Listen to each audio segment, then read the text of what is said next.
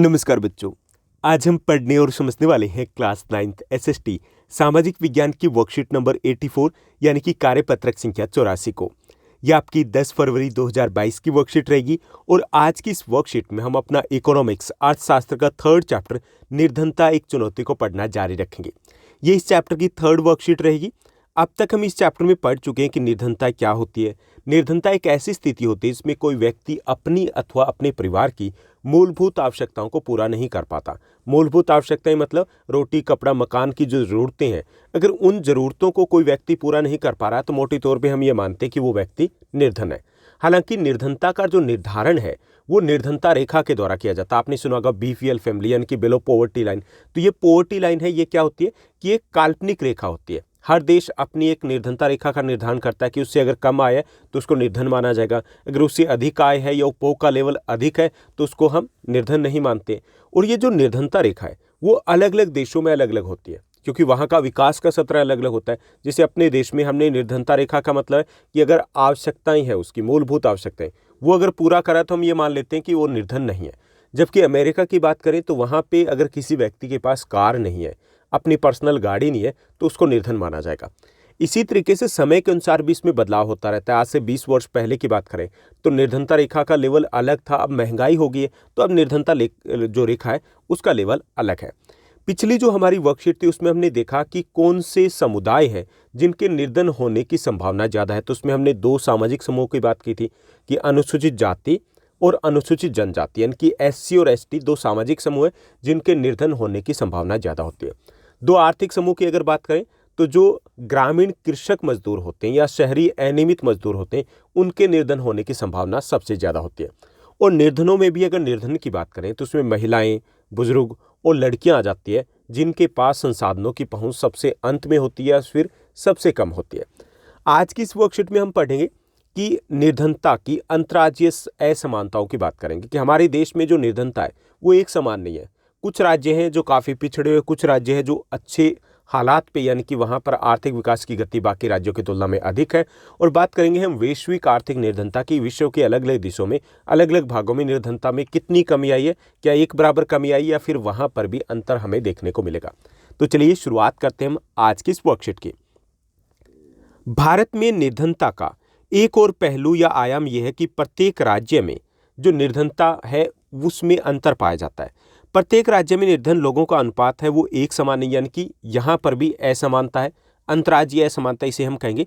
यद्यपि 1970 के दशक के प्रारंभ में राज्य की स्तरीय निर्धनता में सुदीर्घकालिक कमी हुई है। अगर हम बात करें कि 1970 के दशक से अब की अगर हम बात करें तो पूरे ओवरऑल पूरे देश में ही निर्धनता में कमी आई है, गरीबी में कमी आई है और राज्यों में भी गरीबी में कमी आई। क्योंकि उस वक्त की अगर बात करें तो पूरे देश में 1973 में 55% निर्धनता थी, 55%, यानी कि आधे से ज़्यादा जो देश था वो निर्धनता रेखा के नीचे आ रहा था। आधे से ज़्यादा देश था जिनके पास मूलभूत आवश्यकताएं नहीं थी। आधे से ज़्यादा देश था जिसके पास रोटी, कपड़ा, मकान की अपनी मूलभूत ज़रूरतों को पूरा नहीं कर पा रहा था।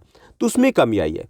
निर्धनता कम करने में सफलता की दर हालांकि अलग अलग राज्यों में अलग अलग है। ऐसा नहीं कि सभी राज्यों में एक समान रूप से निर्धनता में कमी आई है।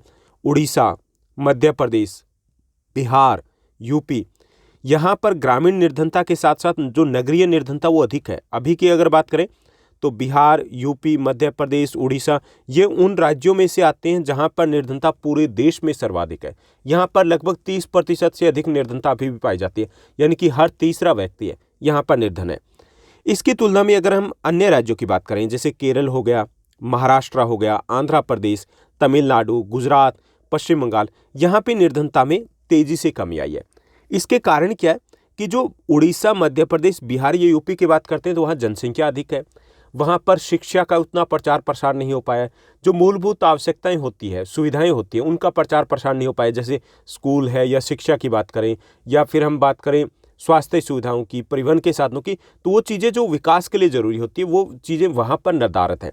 जबकि केरल, महाराष्ट्र, आंध्र प्रदेश की बात करें तो यहाँ शिक्षा पर बहुत ज़्यादा जोर दिया गया, स्वास्थ्य सुविधाएं बेहतर है, औद्योगिक विकास हुआ है, रोजगार के अवसरों में बढ़ोतरी हुई है। इसके कारण यहाँ पर निर्धनता में कमी आई है।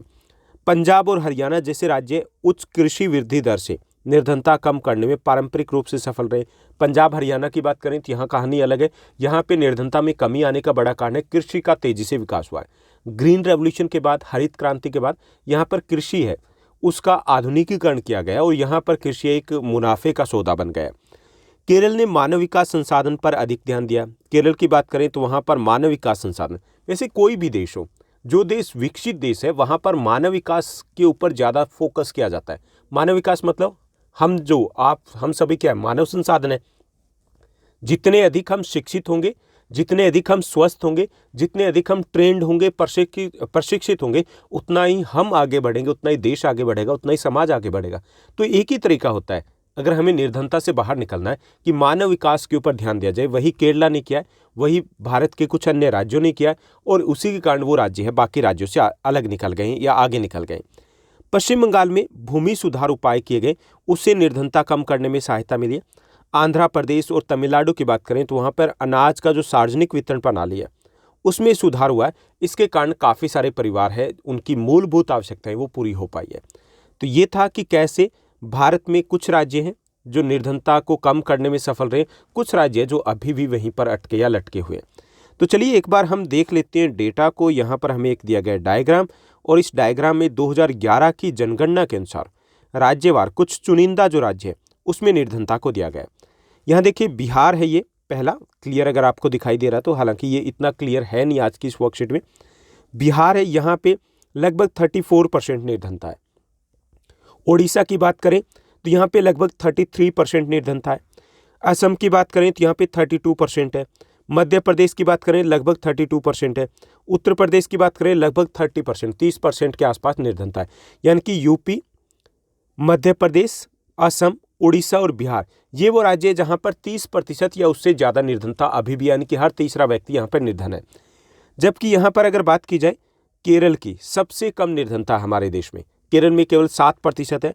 हिमाचल प्रदेश में 8% के आसपास है, पंजाब में 8% है, आंध्र प्रदेश में 9% है, दिल्ली की बात करें लगभग 10% के आसपास है। यानी कि 5 वो राज्य या फिर केंद्र शासित प्रदेश आ जाते हैं जहाँ पर निर्धनता सबसे कम पाई जाती है। देश के औसत की बात करें तो हमारे देश में 22% निर्धनता पाई जाती है।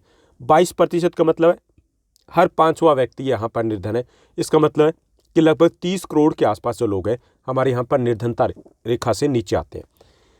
अब हम बात करेंगे वैश्विक परिदृश्य की, कि पूरे विश्व में निर्धनता है उसका परिदृश्य क्या है, क्या पिछले कुछ वर्षों में उसमें कमी आई है। तो विभिन्न देशों में जो अत्यंत आर्थिक निर्धनता की हम बात करते हैं, यानी कि अत्यंत आर्थिक निर्धनता किसे कहेंगे, कि विश्व बैंक है उसकी परिभाषा के अनुसार प्रतिदिन जो $1.9 से कम पर जीवन निर्वाह करते हैं, $1.9 से कम पर जो जीवन निर्वाह करते हैं उसे हम बोलते हैं कि वहाँ पर निर्धनता है वो अत्यंत है। यानी कि ये परिभाषा है विश्व बैंक की, वर्ल्ड बैंक की, कि वहाँ पर $1.9 मतलब लगभग $2 के आसपास हो गए।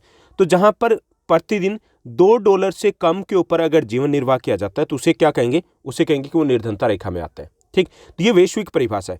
तो इसके अनुसार 1990 में जो वैश्विक निर्धनता थी वो निर्धनता लगभग 36% के आसपास थी और 2015 में ये घट करके लगभग 10% हो गई है। यानी कि 36% से कम होकर के कितनी पहुंच गई है, 10% के आसपास पहुंच गई है। यद्यपि वैश्विक निर्धनता में उल्लेखनीय गिरावट आई है, लेकिन इसमें बृहत क्षेत्रीय भिन्नताएं भी पाई जाती है। हालांकि ये गिरावट तो आई है वैश्विक निर्धनता की बात करें, लेकिन ऐसा नहीं है कि सभी देशों में एक समान रूप से निर्धनता में कमी आई है। कुछ देशों की बात करें जैसे चीन है, दक्षिण पूर्वी एशियाई देश है, तो यहाँ पे निर्धनता में तेजी से कमी आई है। जैसे चीन की बात करें तो चीन में 80 से 85% निर्धनता थी। कब थी, आज़ादी के बाद। और अब की अगर बात करें तो अब यहाँ पर सबसे कम निर्धनता पाई जाती है, 10% से कम निर्धनता पाई जाती है। तो इसका कारण क्या है, 2 कारण है। एक तो यहाँ पर आर्थिक विकास के ऊपर जोर दिया गया, जैसे औद्योगिक विकास यहाँ तेजी से हुआ है, कृषि का विकास तेजी से हुआ है इन देशों में। साथ ही साथ मानव संसाधन विकास है उसमें बड़ा निवेश किया गया है।